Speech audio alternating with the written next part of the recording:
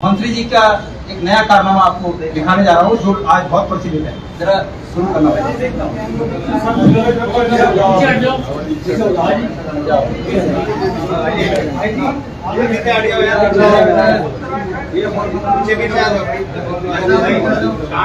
निकाले गए यहाँ पे जिसमें फर्जीवाड़ा होने की शिकायत मिल रही है।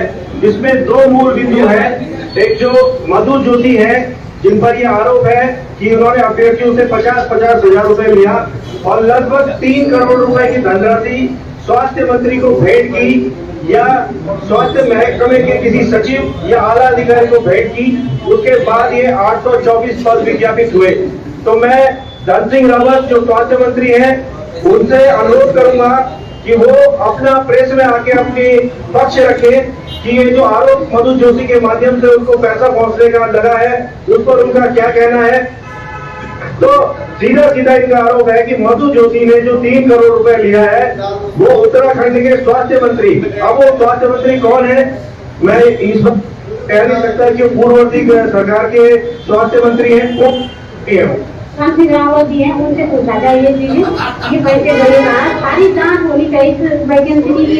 धन सिंह रावत पर सीधा सीधा आरोप लगा रही है कि धन सिंह रावत के पास वो 3 करोड़ रुपया पहुंचा है या उसमें से उसका कुछ परसेंटेज पहुंचा है। तो मेरा धन सिंह रावत जी से निवेदन है कि पूर्व में भी सहकारिता में तमाम घोटाले हुए, आपको प्रेस के सामने आना चाहिए, खुल के बोलना चाहिए। ये लोकतंत्र है, अगर आप प्रेस के सामने नहीं आएंगे तो कहीं ना कहीं आपकी खामी मानी जाएगी।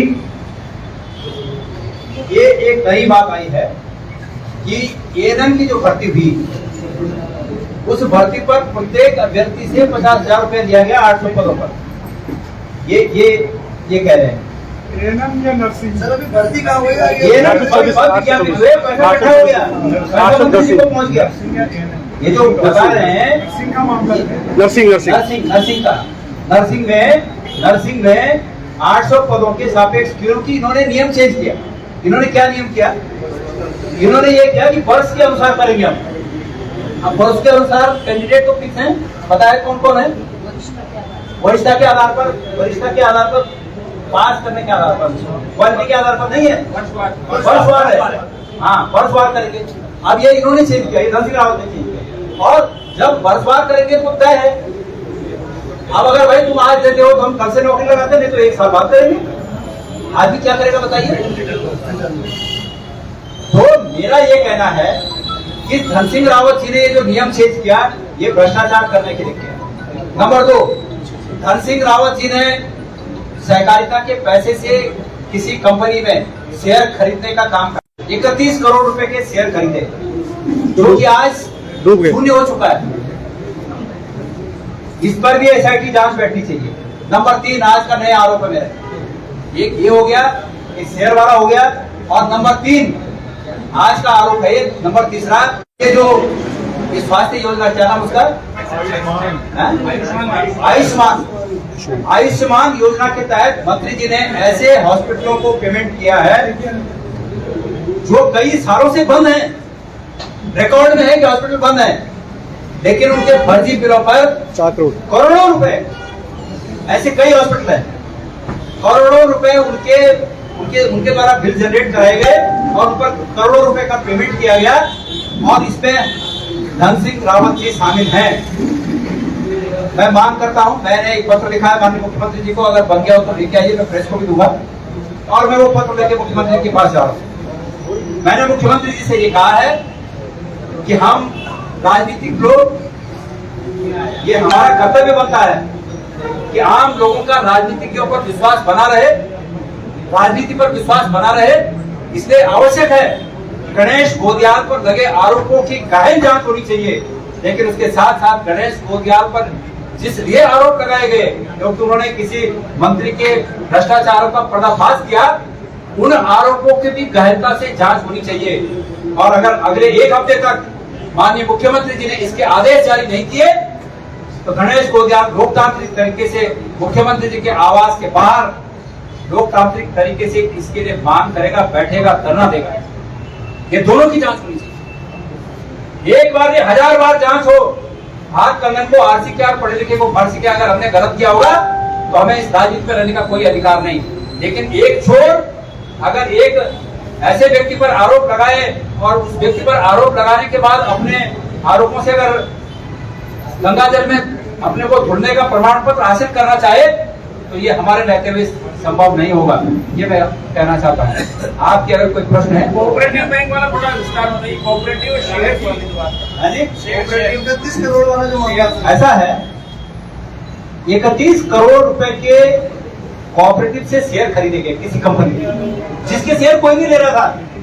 शेयर मार्केट में ऐसी बहुत सी कंपनियां होती हैं जिनका कुछ नहीं होता।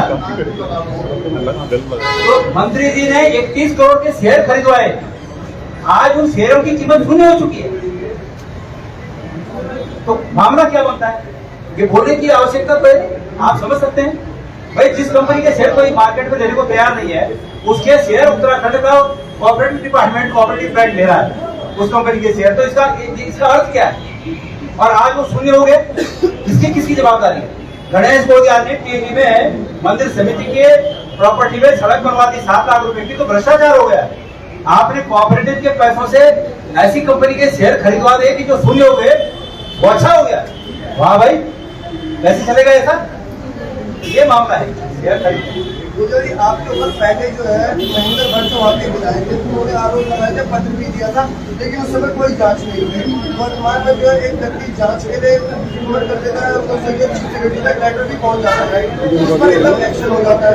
क्या वही बात है? नहीं, मेरे को ये भी जानकारी है कि इन्हीं बिंदुओं पर पहले भी जांच हुई है।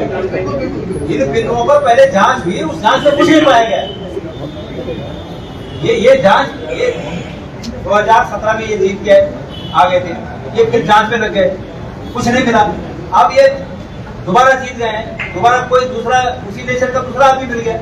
तो झूठे को झूठा मिले धूना बढ़े सरे, झूठे को साझा मिले तभी टूटे थे। इनको एक सच्चे आदमी से टकराने की कीमत चुकानी पड़ती देखिए, आप धरने पर अकेले बैठेंगे या कांग्रेस इस पूरे मामले में आपके साथ है? पूरे आप मंच पे किसको देख रहे हैं? पूरी कांग्रेस साथ है। नहीं क्या ऐसा, मेरी बात सुनिए, ये मेरा अकेले का कर्तव्य है कि मैं अपने को दोष को साबित करूं। मेरे को पार्टी का साथ मिलेगा, अच्छी बात है, नहीं मिलेगा तो मुझे ऐसा थोड़ी है कि मतलब मुझे साथ में 100-200 लोग से तभी मैंने धरने में बैठना है। ये मांग मेरी ये है, उसके लिए एक आदमी भी बहुत है, 1000 भी बहुत है। क्या करना है?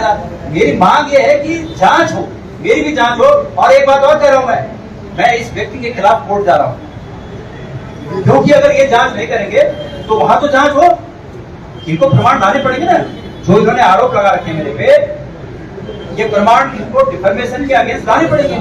बस सिर्फ मेरी तकलीफ ये है, मैंने आज वकील से पता किया तो वकील ने बताया कि डिफर्मेशन के लिए जितने का डिफर्मेशन आप बताओगे उसका 30% भरना पड़ता है वहां पर।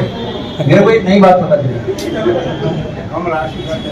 तो मैं अब हैसियत तो वैसे मानहानि तो बड़ी हुई होगी मेरी, पर मैं पैसे में कमजोर हूँ, इसलिए मैं थोड़ी दिखाऊंगा कि मेरी थोड़ी मानहानि है। क्योंकि मेरा मकसद सच्चाई सामने लाना है। वो 1 रुपए में भी आ जाएगा और लाखों रुपए में भी आएगा। इस माने की 16 तारीख से आप सीएम के आवास के बाहर धरना देंगे, 1 दिन का देंगे कि लंबा चलेगा? मैं मुख्यमंत्री जी से पहले तो मिलूंगा। मैं ये पत्र जो मैंने लिखा है, मैंने मुख्यमंत्री जी को पत्र लिखा है, मैं ये पत्र मिल के दूंगा और हाथ जोड़ के विनती करूंगा कि इसमें जांच मेरी भी बिठाइए। मतलब मुझे कोई एक्सक्यूज नहीं चाहिए। मैं अगर मैंने गलत किया है तो मुझे सजा मिलनी चाहिए। समाज को संदेश जाना चाहिए, जनता के बीच संदेश जाना चाहिए। लेकिन मेरे जांच के साथ साथ दूसरे की भी जांच करिए भाई, जिन पर आरोप है उनकी जांच करिए। ये तो नहीं होगा कि आप सत्ता में है तो उनकी जांच नहीं होगी, दूसरे विपक्ष में है तो उनकी जांच होगी। वैसे भारतीय जनता पार्टी का रिकॉर्ड तो ऐसी।